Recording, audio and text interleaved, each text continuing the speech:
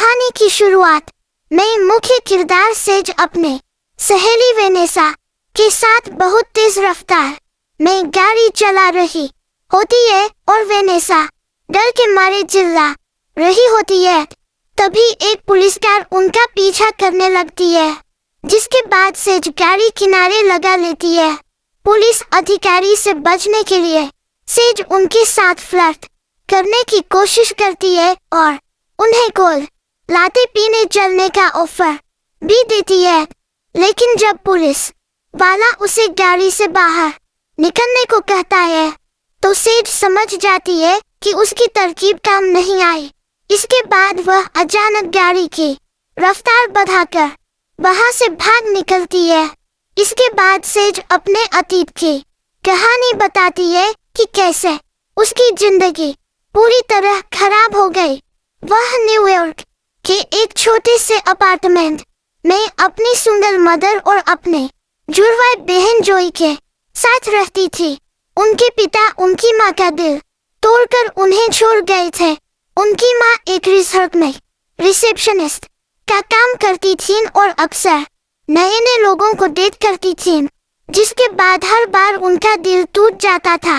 उनके मां के अजीबोगरीब अफेयर्स में एक इटालियन आदमी शामिल था, जिसने सिर्फ इसलिए रिश्ता तोड़ दिया क्योंकि पास्ता में नमक ज्यादा था। इसके बाद जब सेज और 13 साल थे, तब एक बाइकर ने उनकी मां को बाइक चलाना सिखाने की कोशिश की, जिससे गिरकर मां का हाथ टूट गया और वह हफ्तों तक काम पर नहीं जा सकी। एक साल बाद उनकी मां एक भारतीय योग ट्रेनर से मिली, जो उनके घर में आकर रहने लगा। वह शख्स सुबह 5 बजे सुबह जबरदस्ती योग करवाता था, जो काफी परेशान करने वाला था। इसके बावजूद उनकी मां को लगता था कि वह बिल्कुल परफेक्ट है और उन्होंने उसके योग बिजनेस में पैसे लगाने के लिए अपने गहने तक बेच दिए। कहानी में आगे पता चलता है कि मां का वह योग ट्रेनर प्रेमी उनके सारे पैसे हड़प कर बिना कोई सुराग छोड़े गायब हो गया। मां ने उसके योग रिट्रीट में निवेश करने के लिए अपने सारे गहने बेच दिए थे और वे दोनों वहां एक प्यारी सी बेकरी खोलने की योजना बना रहे थे। इस धोखे से मां गहरे सदमे में आ गई। नैरेटर का मानना है कि गरीबी में बड़े होने के कारण वह खुद व्यावहारिक और थोड़ी कठोर हो गई थी, लेकिन उसकी जुड़वा बहन जोई बिल्कुल अलग और काल्पनिक दुनिया में जीती थी। मां के खराब फैसलों को देख कर जोई को लगता था कि एक अच्छी जिंदगी जीने का एकमात्र तरीका किसी अमीर और कामयाब इंसान को अपने जाल में फंसाना है। वह अमीर दिखने और खुद को खूबसूरत बनाने के लिए अजीबोगरीब घरेलू नुस्खे आजमाने लगी, जैसे फैशन ब्लॉग पर कर नाक को तीखा करने के लिए उस पर कपड़े सुखाने वाली क्लिप लगाना या गालों पर डिंपल बनाने के लिए पेंसिल चुभाना। जब फनेक 18 साल का तो उनकी मां को रिजॉर्ट में एक और आदमी मिला, जिससे प्यार होने के एक हफ्ते बाद ही शादी करके वह स्पेन चली गई। मां ने संपर्क में रहने का वादा किया था, लेकिन वे कभी कभार ही फोन करती थीं और बहुत कम पैसे भेजती थीं। घर के बिल बढ़ते जा रहे थे, जिसकी वजह से सेज और जोई को उसी रिजॉर्ट में हाउसकीपिंग की नौकरी करनी पड़ी। इस नौकरी की तनख्वाह बहुत कम थी, लेकिन इससे उनकी पढ़ाई का खर्च निकल जाता था और रहने के लिए एक कमरा भी मिल गया था, जो उनके पुराने अपार्टमेंट से काफी छोटा था। जब सेज काम बांधने की कोशिश करती है, तो जोई झाड़ू लगाने से मना कर देती है, क्योंकि उसने अपनी बहन की बचत के पैसों को जुड़ाकर मैनिक्योर करवा लिया था। जोई का तर्क था कि यह उनके भविष्य के लिए एक निवेश है, ताकि कल को अगर कोई अमीर कुंवारा लड़का उसे डेट पर ले जाए, तो वह उसके सामने बिल्कुल परफेक्ट दिख सके। जोई अपनी बड़ी बड़ी बातों को जारी रखते हुए कहती है कि जब वह किसी अमीर लड़के से शादी करके एक आलीशान घर में रहने जाएगी तो वह सेज के लिए बाहर के गैरेज में एक जगह बना देगी जहां सेज अपने गर्लफ्रेंड और बिल्लियों के साथ रह सकती है। सेज उसे टोकती है कि वह समलैंगिक नहीं है, बस उसके पास लड़कों के लिए फालतू समय नहीं है। इसके बाद के दिन सेज के लिए काफी थका देने वाले रहे, क्योंकि वह सुबह जल्दी उठकर काम पर जाती, फिर स्कूल जाती और वापस आकर फिर काम करती थी। इसके विपरीत जोई काम पर मुश्किल से ही दिखती थी और लड़कों के साथ फ्लर्ट करने में व्यस्त रहती थी। उनकी ग्रेजुएशन पार्टी की रात जब दोनों बहनें तैयार हो रही थीं, तब सेज की नजर जोई की उंगली में चमकती हीरे की एक विशाल अंगूठी पर पड़ी। पूछने पर जोई पहले मजाक करती है कि उसने सेज की किडनी बेचकर इसे खरीदा है, लेकिन बाद में सच बताते है कि यह अंगूठी उसे रिजॉर्ट के एक कमरे की सफाई के दौरान सिंक के पास पड़ी मिली थी, जिसे उसने पार्टी के लिए उधार ले लिया था। जोई का मानना था कि मेहमान अगली सुबह से पहले वापस नहीं आएगा, इसलिए वह इसे समय पर वापस रख देगी। मगर सेज उसे समझाती है कि चोरी का इल्जाम सीधे उस पर आएगा क्योंकि वह एक मेड है।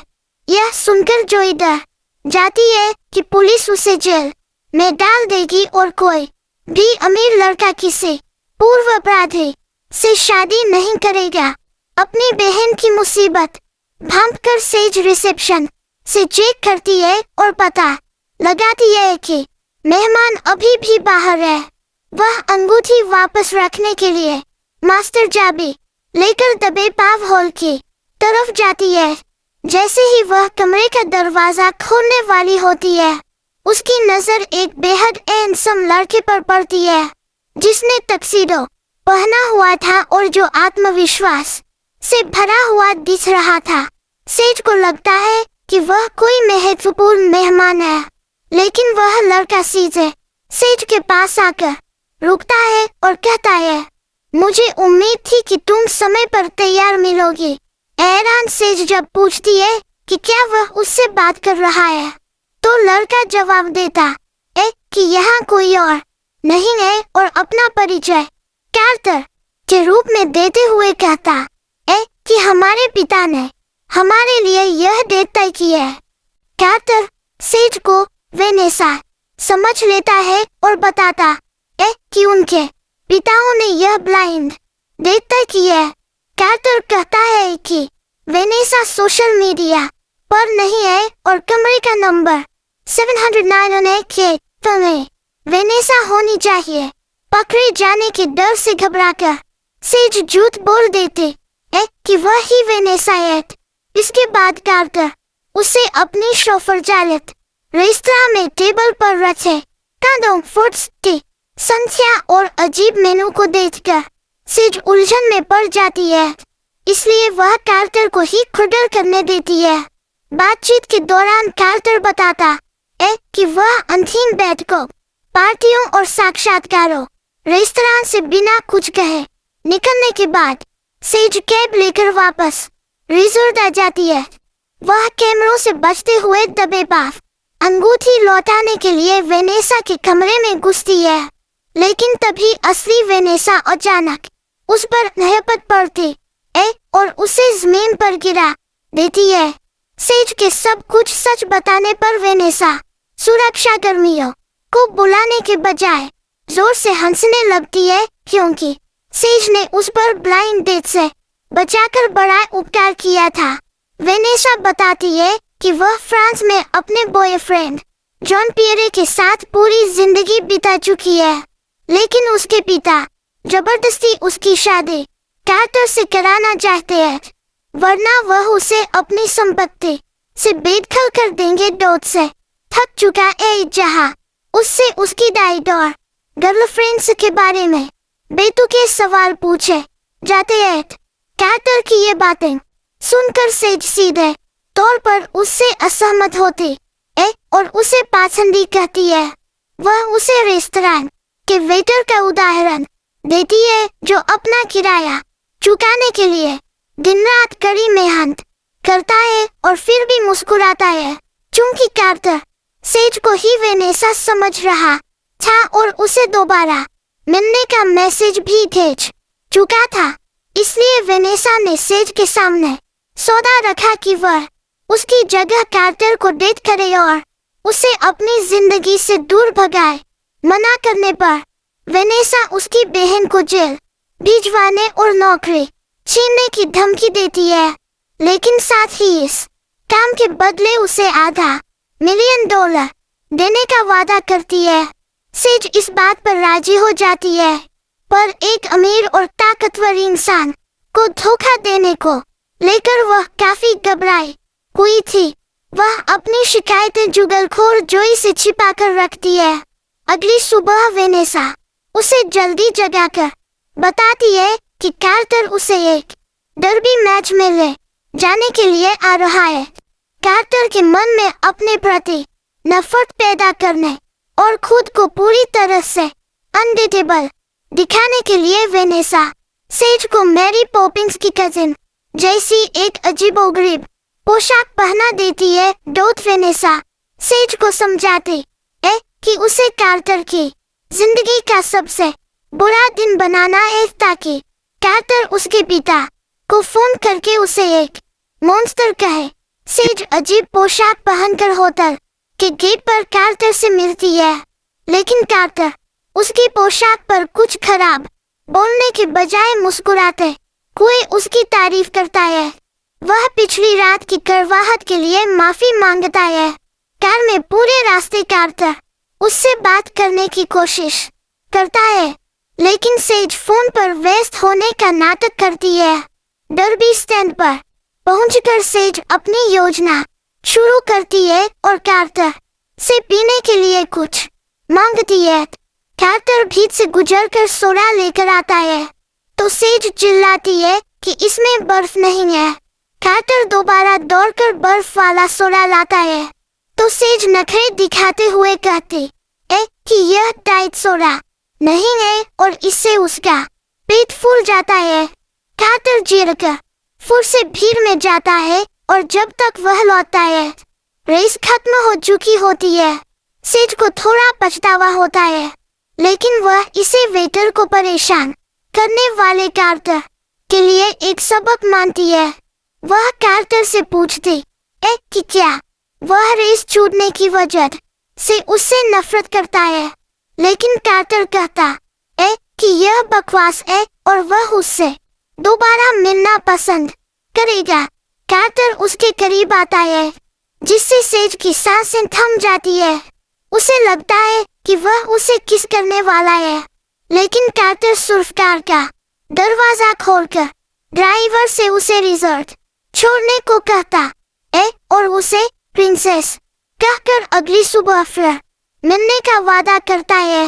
अगले कुछ दिनों तक सेज कार्टर को दूर भगाने के लिए छोटी छोटी बातों पर नखरे दिखाती है, लेकिन उसकी कोई भी तरकीब काम नहीं करती है। सेज कार्टर को भगाने के लिए उसे घंटों इंतजार करवाती है और मिलने पर माफी भी नहीं मांगती, लेकिन कार्टर मुस्कुराकर उसे वेनेसा समय कर उसकी तारीफ करता है। वेनेसा के निर्देशों पर वह उसे एक अम्यूजमेंट पार्क ले जाती है और पैर में मोच आने का झूठा नाटक करती है, ताकि कार्टर को उसे गोद में उठाना पड़े। जब कार्टर उसे आराम करने के लिए बिठाता है और खुद खाने के स्टोर पर जाता है, तब सेज वेनेसा को मैसेज टाइप करती है कि यह प्लान काम नहीं कर रहा है। यहाँ तक कि उसने कार्टर के बाल भी खींचे पर वह टस से मस नहीं हो रहा। दूध जैसे ही वह सेंड बटन दबाती है, उसे एहसास होता है कि उसने गलती से यह मैसेज वेनेसा की जगह खुद कार्टर को ही भेज दिया है। घबराकर वह कार्टर को अपनी तरफ आते देखती है। कार्टर जैसे ही अपना फोन निकालने लगता है, सेज उसका फोन छीन लेती है और नखरे करते हुए कहती है कि जब तक वह उसे खाना नहीं खिलाता, वह उसे फोन नहीं छूने देगी। कार्टर कहता है कि उसके पिता का कोई जरूरी मैसेज है, लेकिन सेज गुस्सा होने का नाटक करते हुए उसका फोन पास के एक फव्वारे में फेंक देती है। उस हरकत से चिढ़कर कार्टर उसे इम्पॉसिबल कहता है और वहां से चला जाता है। डोटसेज को लगता है कि उसने आखिरकार कार्टर से पिज्जा छुड़ा लिया है, लेकिन जब वह रिजॉर्ट पहुंचती है तो देखती है कि कार्टर गुलाब के फूलों के साथ उसका इंतजार कर रहा है। होटल स्टाफ के सामने तमाशा न हो इसलिए वह उसे एक तरफ ले जाती है। वहां कार्टर उल्टा सेज से माफी मांगता है कि वह उस पर चिल्लाया था और कहता है कि जब तक वह उसे माफ नहीं करेगी वह वहां से नहीं जाएगा। सेज उसे माफ कर देती है और वह अगले दिन फिर मिलने का वादा करके जाता है। कार्टर के इस पागलपन से बचने के लिए सेज और असली वेनेसा मिलकर इंटरनेट पर कार्टर को स्टॉक करती है।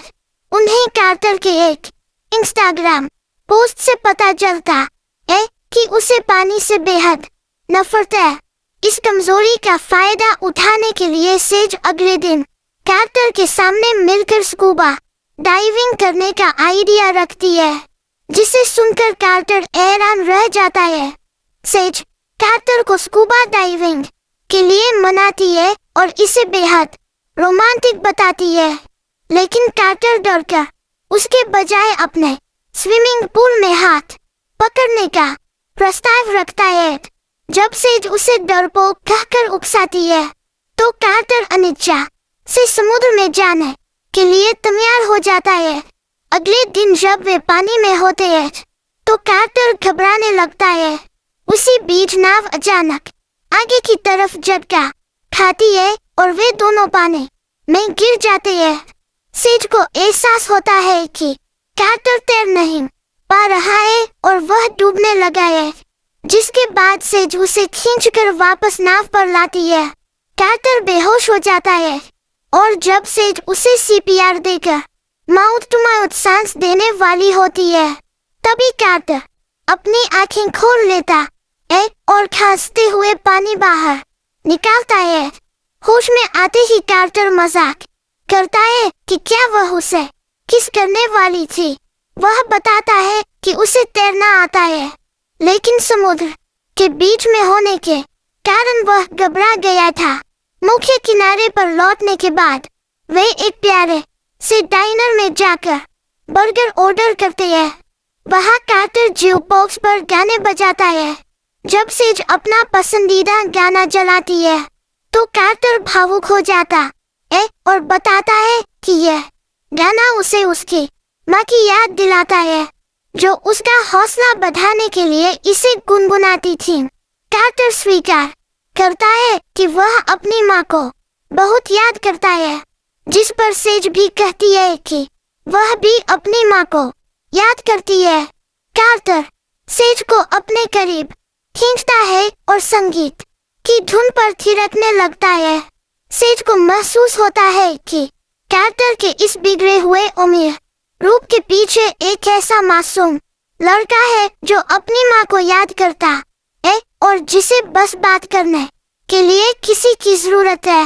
वह सब कुछ भूलकर उसकी बाहों में समा जाती है, लेकिन जैसे ही वह अपने कमरे में पहुंचती है, हकीकत उसके सामने आ खड़ी होती है, जहां कोई उससे अलमारी में रची महंगी पोशाक के बारे में जवाब मांग रहा होता है। कमरे में पहुंचते ही जॉय सेज की अलमारी में छिपाई गई महंगी पोशाक को ढूंढ निकालती है और उससे पूछताछ करने लगती है। सेज बहाना बनाती है कि उसने यह काम की जगह पर किसी से उधार ली है, लेकिन जोई उसके लगातार अजीब व्यवहार और देर रात चुपके से कमरे में आने को लेकर बेहद संदेहास्पद हो जाती है। सेज इन सब चीजों को जल्द खत्म करना चाहती थी, लेकिन वेनेसा अपने बॉयफ्रेंड के आने के कारण काफी व्यस्त थी। इसी बीच एक डेट के दौरान कार्टर सेज के सामने अपने पिता से मिलने की इच्छा जताता है। सेज के यह कहने पर कि वे बहुत जल्दी आगे बढ़ रहे हैं। कार्टर बताता है कि वह उसे कितनी अच्छी तरह जानने लगा है, जैसे उसकी खूबसूरत मुस्कान, घबराहट में बालों से खेलना और सोचते समय अजीब चेहरा बनाना।